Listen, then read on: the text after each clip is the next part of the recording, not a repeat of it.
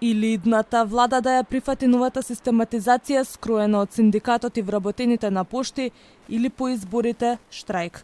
Предпријатието кое работи повеќе од 20 години и е под капата на владата го оставија на цедило, а вработените сами да се борат за опстојување, алармираат од синдикатот на пошти.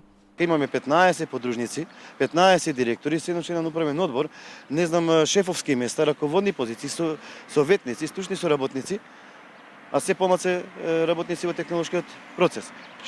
Нашата цел, интенција е да изготвиме нова систематизација која е согласно потребите на друштвото и на пазарот.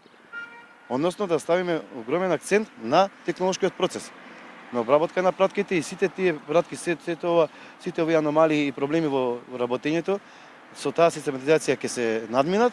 За синдикатот најважно е да престане процесот на лошата кадровска политика и на партизацијата, а поради финансиската криза во пошта, вработените постојано се под стрес дали ќе се ја добијат платата. Сме загрижени за редовна исплата на плата во нареден период. Ние земавме плата во овој месец, вчера на 15, но таа плата ја земавме без задршки и кредити, исплата на кредити. Како и да е неисплатена плата, имаме и на договорните поштари кои се над 200 и повеќе. И додека синдикатот и институциите го решат проблемот, дел од граѓаните остануваат револтирани и незадоволни од услугите.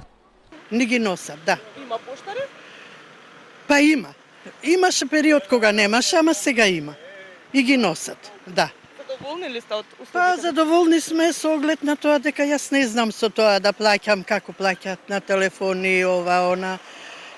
Претежно вака плаќаме со сметки. Пратки од пошта вака добиваме, да имаме така ни нарачано, па ни праќаат други во секој момент, значи редовно.